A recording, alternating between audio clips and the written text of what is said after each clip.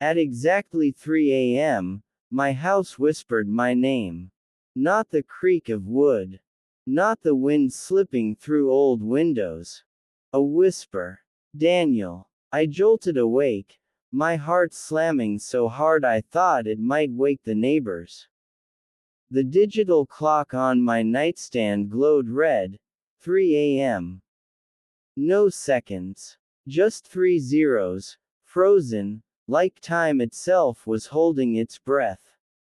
I lay completely still, listening. The house was silent again, but not empty. I could feel it. That heavy, crawling sensation, like being watched from inside the walls.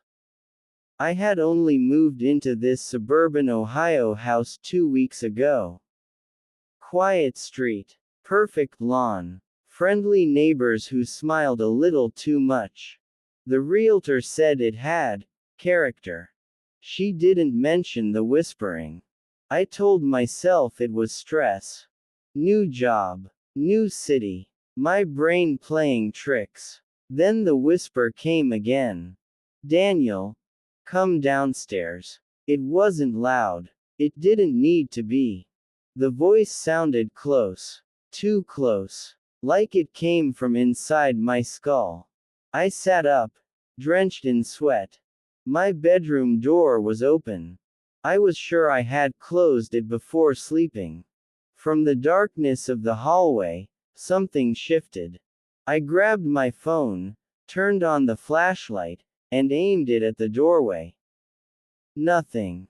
But the air felt wrong. Thick, charged, buzzing like before a storm. I stood up slowly, every instinct screaming at me to stay in bed. But something else pulled at me. A pressure behind my eyes. A need. I stepped into the hallway. The house smelled different at night. Damp. Old. Like a basement that hadn't been opened in decades. As I reached the stairs, the whisper returned, clearer now. You forgot what you did.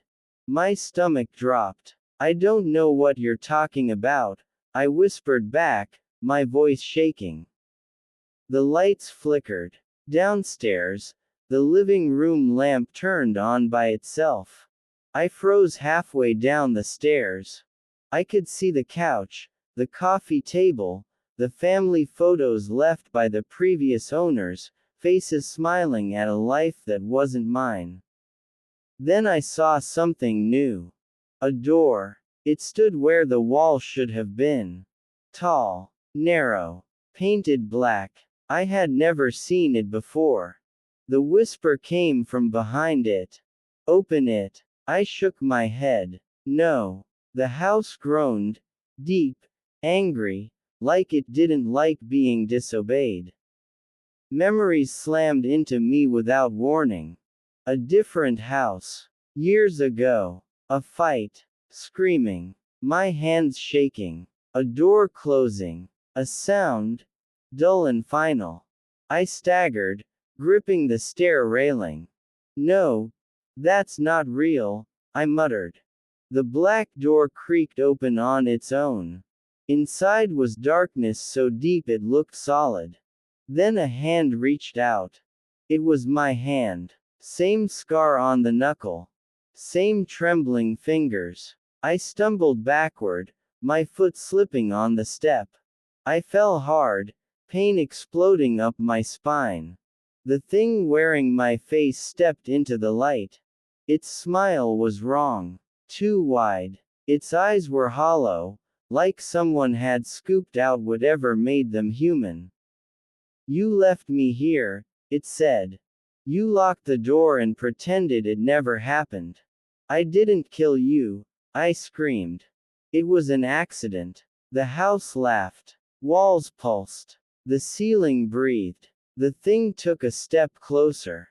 Accidents don't whisper at 3 a.m., Daniel. Suddenly, the front door slammed shut. Every window locked at once. The house sealed itself like a coffin. I ran. Up the stairs. Into my bedroom. I slammed the door, shoved my dresser against it. The whisper came from everywhere now. From the vents, the floor, inside my chest. You can't leave. My phone buzzed. A notification. A video file. Recorded 10 years ago. With shaking hands, I pressed play. The screen showed a younger me, standing over someone on the floor. The camera shook as I cried, saying, I didn't mean to push him. The body wasn't moving. I dropped the phone. The whisper softened, almost kind. This house remembers, it said. It shelters people like you. The bedroom door bulged inward. Fingers pressed through the wood from the other side.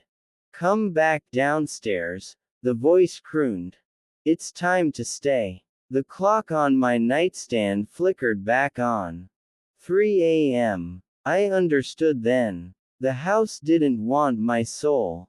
It wanted my guilt. The door splintered. As the thing reached for me, the whisper faded into a satisfied sigh. Outside, the neighborhood slept peacefully. Inside, my house learned a new secret. And every night at 3 a.m., it whispers it to whoever lives here next.